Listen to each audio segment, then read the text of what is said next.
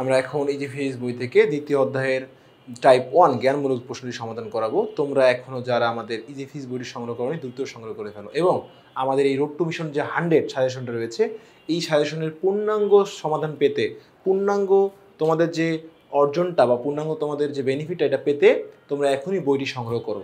ওকে, চলো আমরা একটু দেখি আমাদের রোড টু মিশনের যে টাইপ 1 দ্বিতীয় অধ্যায় সেটি কী কী সাজেশনগুলো রয়েছে, সাজেশনগুলোর সমাধান আমরা শুরু করব। তো প্রথম করের জন্য দেখো কত কোশ্চেন সরণ কাকে বলে। আমরা জানি যে কোনো একটা বস্তু নির্দিষ্ট দিকে অবস্থান পরিবর্তনকেই সরণ বলা হচ্ছে।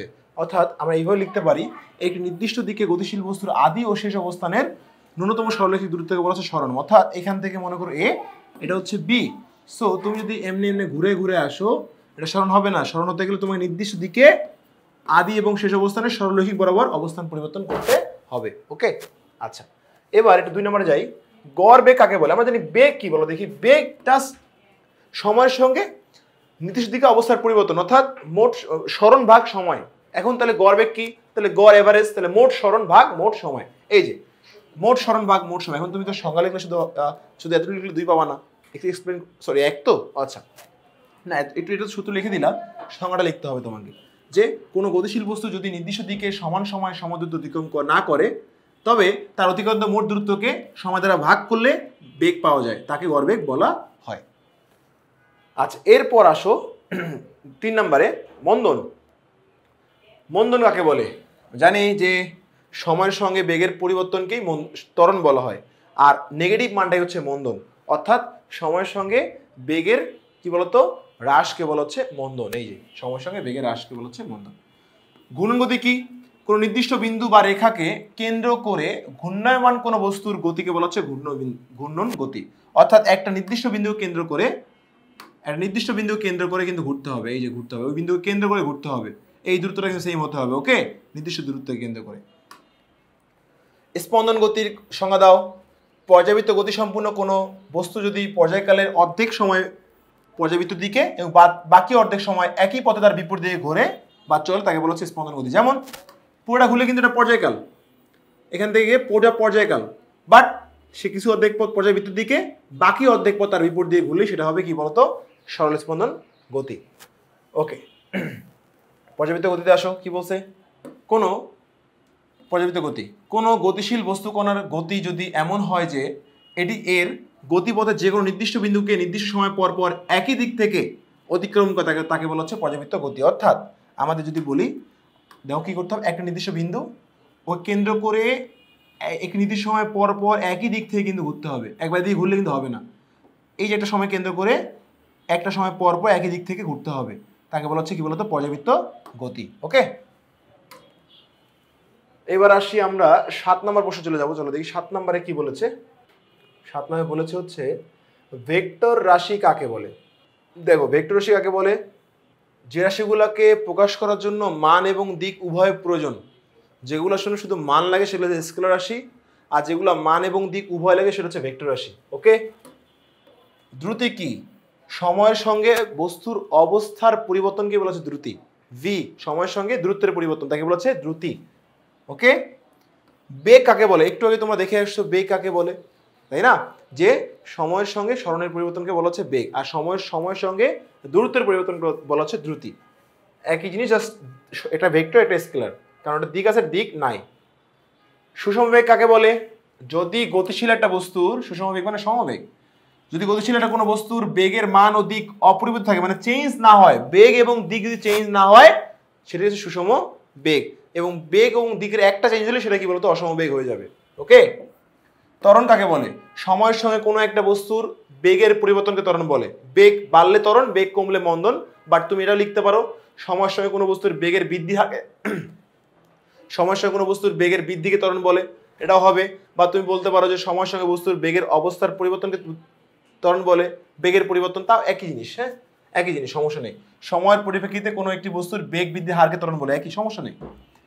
সুষম ত্বরণ কাকে বলে?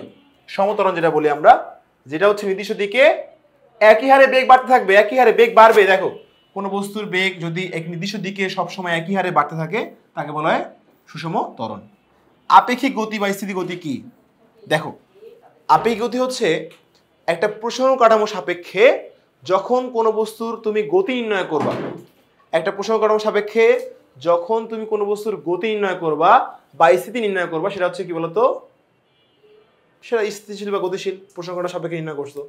বাট যদি প্রসঙ্গ কাঠামো সেটা গতিশীল হয়, অর্থাৎ প্রসঙ্গ কাঠামো যদি গতিশীল হয় তাহলে সেটা হবে কি বলতো আপেক্ষিক, আর প্রসঙ্গ কাঠামো স্থির হলে সেটা কি বলতো পরম হবে।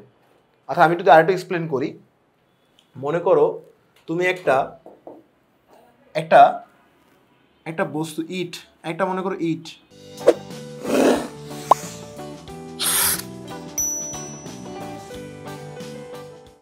ইটের সাপেক্ষে তুমি একটা চেয়ার বসে আছে, চেয়ারে বসে আছো তুমি, তাহলে এই যে সাপেক্ষ এটা হচ্ছে প্রসঙ্গ কাঠামো, যার সাপেক্ষে চিন্তা করবো তাকে প্রসঙ্গ কাঠামো, এটা প্রসঙ্গ কাঠামো, হ্যাঁ যার সাপেক্ষে চিন্তা করছো সেই প্রসঙ্গ কাঠামো। তাহলে ইটের সাপেক্ষে তুমি চেয়ারে বসে আছো, তুমি স্থির, কারণ তুমি তার অবস্থান পরিবর্তন হয়নি। এখন চেয়ার থেকে তুমি দৌড়ে চলে গেলা, চেয়ার থেকে তুমি দৌড়ে চলে যাচ্ছ,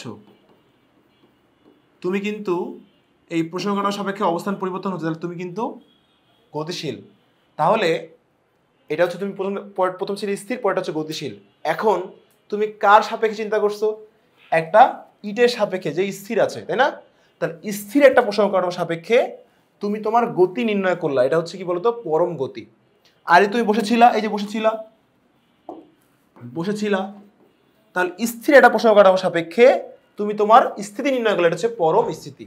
ওকে, এবার যদি আমি চেঞ্জ করে দিই, একটা গাড়ি চলছে 2 মিটার পার সেকেন্ড বেগে, এর সাপেক্ষে তুমি চলছো 2 মিটার পার সেকেন্ড বেগে, দেখো তোমার বেগ ওর বেগ সেম, তোমার আর অবস্থান কিন্তু পরিবর্তন হচ্ছে না।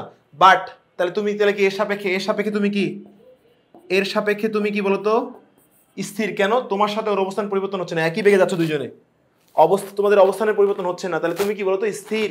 ওকে, তাহলে একটা গতিশীল প্রসঙ্গ কাঠামো সাপেক্ষে যে নিজে গতিশীল, তার সাপেক্ষে তুমি তোমার স্থিতি নির্ণয় করলে, তাহলে হচ্ছে কি বলতো আপেক্ষিক স্থিতি হবে।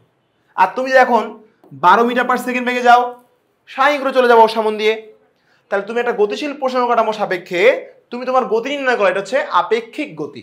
অর্থাৎ প্রসঙ্গ কাঠামো যা সাপেক্ষে চিন্তা করবা সে যদি গতিশীল হয় তাহলে এটা হবে কি বলতো আপেক্ষিক, আর সেই স্থিতিশীল হলে এটা হবে কি বলতো পরম। এখন আমি প্রথমটায় আসি, ইট যে স্থির ছিল ও কি আসলে স্থির? কোনোদিনও না। কেন? পৃথিবী ঘূর্ণনশীল। তাহলে তুমি পৃথিবীর যে কোনো একটা স্থির অবজেক্টকে চিন্তা করো, তুমি তার সাপেক্ষে তুমি আরেকটা জিনিস চিন্তা করো, ও কিন্তু ইট সহ কোনো জিনিসই কিন্তু স্থির না। তাহলে পৃথিবীর প্রত্যেকটা জিনিসই পৃথিবীর সঙ্গে ঘুরতেছে, তাহলে স্থির বস্তু পৃথিবীতে নাই। অর্থাৎ স্থির প্রসঙ্গ কাঠামো তুমি কিন্তু পৃথিবীর কোথাও পাবা না। অর্থাৎ পরম বলতে পৃথিবী কিছু নেই, সবই হচ্ছে আপেক্ষিক। এখানে এটাই বলছে আপেক্ষিক গতি কাকে বলে, পরম স্থিতি গতি কাকে বলে। দেখো দুটো প্রশ্নের আমি উত্তর এখানে দিয়ে দিয়েছি। দেখো গতিশীল প্রসঙ্গ কাঠামো সাপেক্ষে কোনো বস্তুর গতি পরিমাপ করাকে বলা হচ্ছে আপেক্ষিক গতি, আর গতিশীল প্রসঙ্গ কাঠামো সাপেক্ষে কোনো বস্তু স্থির পরিমাপ করা হচ্ছে আপেক্ষিক স্থিতি। আর পরমের কথা বলো, জাস্ট সেম জিনিস, জাস্ট প্রসঙ্গ কাঠামো কি হবে বলতো, প্রসঙ্গ কাঠামোটা কি হয়ে যাবে স্থির হয়ে যাবে, স্থির হলেই এটা কি বলতো পরম গতিশীল পরম স্থিতিশীল, সেম জিনিস যেটা আমি বুঝিলাম তোমাদের। ওকে, এবার আসো পরন্ত বস্তুর 3টা ল বিজ্ঞানী গ্যালিলিও আমাদের এক্সপ্লেন করেছে। 3টা ল আমরা একটু খুবই ইম্পর্টেন্ট কয়ের জন্য। প্রথম ল ছিল কি বলো দেখি, পরন্ত সূত্র ছিল যে স্থির অবস্থা থেকে বিনা বাধায় যদি কোনো বস্তু পড়ে তাহলে বস্তুটা সমান সময়ে সমান দূরত্ব অতিক্রম করবে। অর্থাৎ আমি একটা এই যে মার্কার এবং একটা তুলা মনে করো, এই ক্যালকুলেটর এবং একটা তুলা মনে করো ফেলে দিলাম, অবশ্যই ক্যালকুলেটর আগে পড়বে, তুলা পরে পড়বে, কারণ এখানে বাধা রয়েছে। যদি স্থির জায়গা থেকে ফেলো, যেখানে কোনো বাধা নেই, বাতাস নেই, সেখানে ফেললে দুটো একই সময়ে সমান সময়ে সমান দূরত্ব তারা অতিক্রম করবে। ওকে, সেকেন্ড লটা কি বলতো, স্থির অবস্থা থেকে একই উচ্চতা থেকে বিনা বাধায় মুক্ত হয় পরন্ত বস্তু, যে বেগ প্রাপ্ত হয় তা ওই সময়ের সমানুপাতিক। অর্থাৎ আস্তে আস্তে পড়ার সময় আস্তে আস্তে কি বলতো যত সময় যাবে বেগত কি বলতো বাড়বে, সমানুপাতিক সম্পর্ক। ওকে, থার্ড লটা কি, এবার ওই যে স্থির অবস্থা সেম বিনা বাধায় পরন্ত বস্তুর নির্দিষ্ট সময়ে যে দূরত্ব অতিক্রম করবে এইচ, তা ওই সময়ের বর্গের সমানুপাতিক, অর্থাৎ সমানুপাতিক টি স্কোয়ার। অর্থাৎ যত সময় বাড়বে হাইট তার বর্গ স্কোয়ার করে বাড়বে। ওকে, এই ছিল আমাদের জ্ঞানমূলক সমাধান। তোমরা যারা এখনো আমাদের ইজি ফিজিক্স বই সংগ্রহ করনি দ্রুত সংগ্রহ করে ফেলো। আল্লাহ হাফিজ।